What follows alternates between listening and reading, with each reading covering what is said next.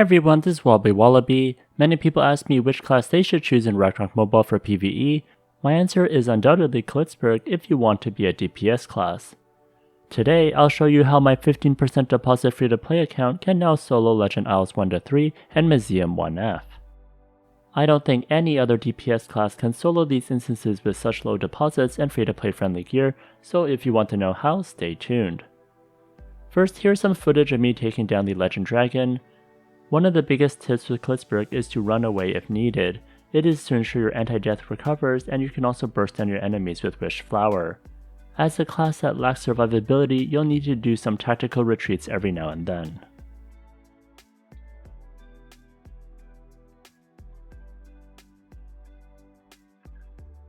Down goes the dragon. Next, here's the gear that I was using. I'll go over the gear in more detail later. Next, here are my shadow equipment, Oracle Mirror and Relic. Next, I show my Adventure Handbook deposit is at 15% and I have 1537 attack, so definitely a very achievable handbook.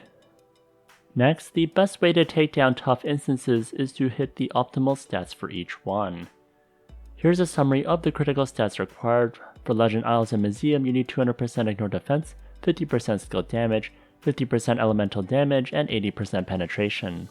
Luckily, Khalitzburg has unfair skills to help achieve these quite easily. This is one of the reasons why she's so busted. If you want to understand how these stats were found, then I'll put a link in the description where I have a video that explains this all. Next, I'll go over my stats. I have 16,000 attack, 141% move speed, 98.5% penetration, 70.7% skill damage increase, 212.6% ignore defense,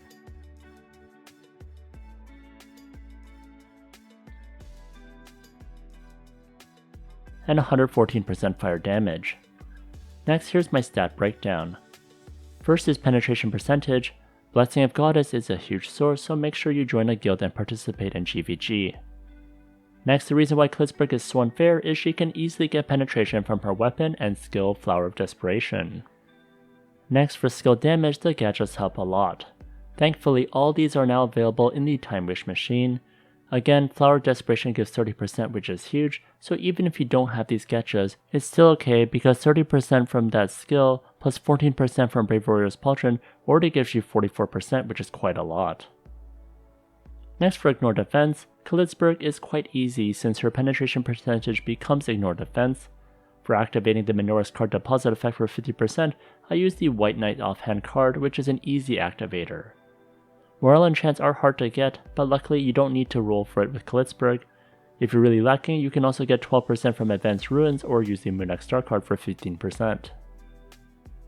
Next, for fire, the armor and accessories add a ton. In some cases, using the fire controlling alloy is great for a temporary boost. The same strategy works for water as well, and I use either water or fire for all my weeklies. Next, here's a detailed breakdown of my gear. First, the Dragon Bone Shield with the 18% physical damage increase random attribute. I use the White Knight card to activate the Minora's Insight effect. This card is a very cheap activator, and in the future I'll replace this with Alice Star card for the 15% damage to MVP monsters, and probably deposit a Minora Star card as an activator. Next is Dream Eater's Disguise, which will add 35% more wind, earth, water, and fire damage. I only convert to water and fire for my instances. For card I use Archer Skeleton Star card, not many good cards that aren't MVP or mini cards for this slot, so this is quite okay for free to play players. Next, for Garment, I use Leader's Pauldron with the 12% skill damage random attribute. I use the Chucky Tree Star card for more attack percentage. I would replace this with the mini card Vagabond Star card in the future for more attack percentage. Next is Dragon Slayer War Boots with the 6% penetration random attribute. I use Water Spirit Turtle card for the 8% move speed. I would replace this with the Flute Player Star card for more movement speed, but that is definitely optional. Next is my first fire accessory with the 12% fire random attribute. For card, I'm using the Scarecrow card against the dragon. I'll swap this out with ratio or elemental cards as needed. Next, for memory equipment, I chose the attack percentage one. This is a nice, easy way to boost free-to-play players' attack percentage without too much work. Getting to level 30 to get the final damage one is definitely quite a grind. Next, for my second accessory, it's basically the same. Again, has the memory equipment with the attack percentage. Next is Time of Birth. Make sure you get this to tier 5 for more rose petal drops.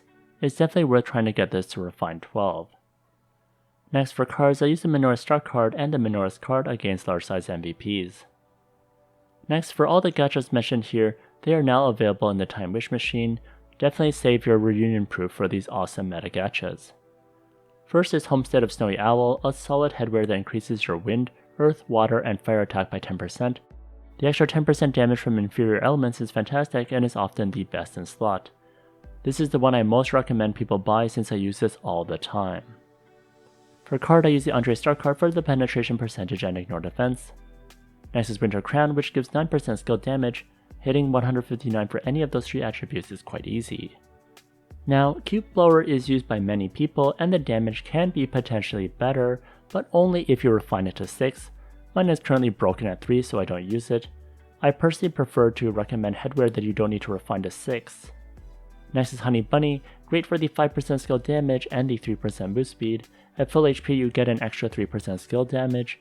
It is possible to be max HP against bosses that attack slower and you can dodge. Next, Ocean's attachment is great, but yet again you have to refine it to 6, so if you're not lucky with refines I wouldn't recommend getting this. Next is Chicken Axe, which is available now and is one of the best in slot backs ever made, so definitely get it. Finally is It's Too Late, which can add a lot of skill damage. It scales based on movement speed, so if you get blessings from Saint or get a good movement speed card, then that definitely helps a lot. Next, since Khalitzburg lacks survivability, Skeleton Bracer tier 5 at 50% phantom progress is vital to add another anti-death option. This is the highest priority shadow equipment to get out of all of these. Next is the Chosen's Armor. I use it for the attack percentage and the 5% set bonus with the Ring of Loyalty. Next for White Duke Manteau, it adds skill damage and ignore defense. Next for St. Mary's Cloth Shoes, it adds attack percentage. Next for Ring of Contract, it adds attack percentage. Next for Ring of Loyalty, it is there just for the set bonus with Chosen Armor. Next for Offensive Oracle Mirror, I use the Combustible Knife for the penetration percentage. Next for Defensive Oracle Mirror, I use the Meteorite for the stun and freeze resist. Next for Relic, I use Waist Size, which you can get for free from doing Palace of Beauty in Eclage. Next, another big change was getting 7 out of 7 core hero skill. In my previous video, I was using 4 out of 7. It is 100% worth the investment. Don't be discouraged even if you don't get it to 7 out of 7. Even with something lower, she's still quite usable. Next, here's my Memory of Petal Ruin. Here's my Secret Language Rose Star Ruin. Here's my Rose Character Star Ruin. The Endure effect is definitely nice. Here's my Echo of Petal Ruin. Next is my Wishflower Star Ruin. Next is my Flower Desperation Ruin. This is the only rune I try to reroll a ton for since this makes a big difference in damage. If you're short on ruins, this is definitely the highest priority one. You definitely want a higher first line. Next, I had upgraded my Whiteblade Star Ruin to get some more damage against an enemy that's by themselves. Next is the Spirit Ruin for some great SP recovery. And the War Preparedness Ruin for the Self Shield. I definitely focus most of my resources on White Blade. Next are my skills. On Manual I have Prepare for Elite. Inside of Prepare for Elite I have Flower Desperation and Night of Glory. I also have Incarnation of Rose, which summons the 2 puppets and it's only available at a 7 out of 7 core hero skill. Next I have Whisper of Rose, which is great for AoE. I have Wish Flower, which is her insane burst, which scales with Agi and picks up the rose petals. Next, Memory Petals, which can be cast manually for some damage. Next, I have First Age, which deals with Archangeling. Next, Echo of Petals, which you can lay down manually to get the rose petals down early. Next for auto, I have Memory of Petals, Echo of Petals, and Prepare for Elite. Next, I'll show my Legend Isles run.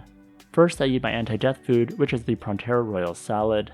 I will eat 6 stacks of these.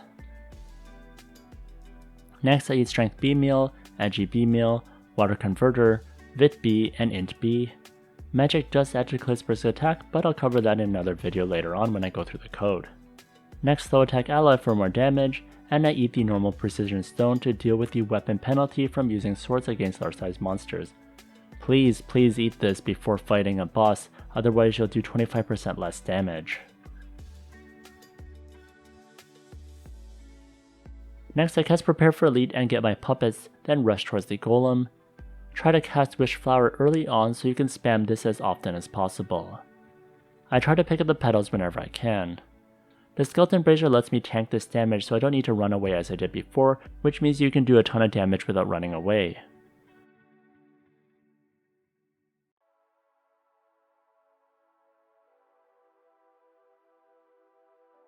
The golem goes down quite quickly. I'll quickly show my gear. I did use the Moonlight Tendrillion star card in my accessories, as well as a plain Moonlight Tendrillion card. Next is Isles Floor 2, spam Wish Flower as much as you can and pick up the rose petals whenever you can as well. This boss definitely got easy now that it doesn't transform you on the first wave. I'm not too sure why the devs decided to change the mechanics.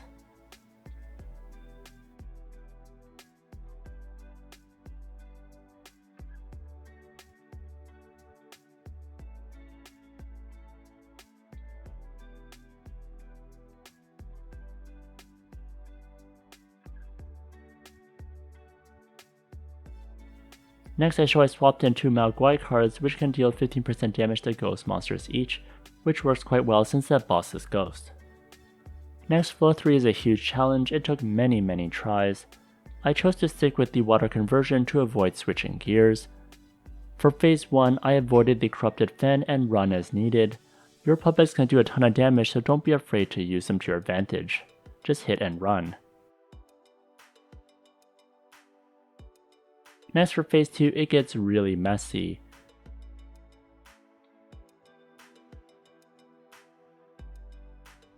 Then I target Stroff. I try to cast Whisper of Rose to take down as many mobs as possible with the AoE. Water doesn't work quite well here, but you could temporarily convert to something else, but I was a bit lazy. The tough part is Demonic Overseer, which my elemental gear does quite well against. If I just went neutral or something else, it probably wouldn't do as well. Next for the red orbs, it's difficult for me to target this with a mouse and computer, so I wait for them to come to the heart and just AoE to get it. On mobile it's a bit easier to target.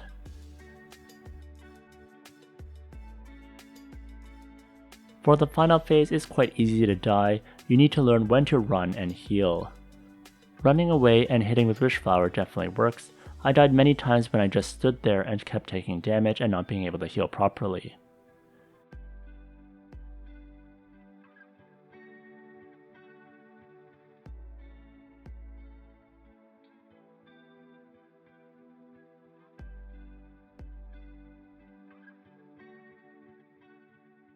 The boss goes down, and this was definitely the toughest of all the bosses I faced so far.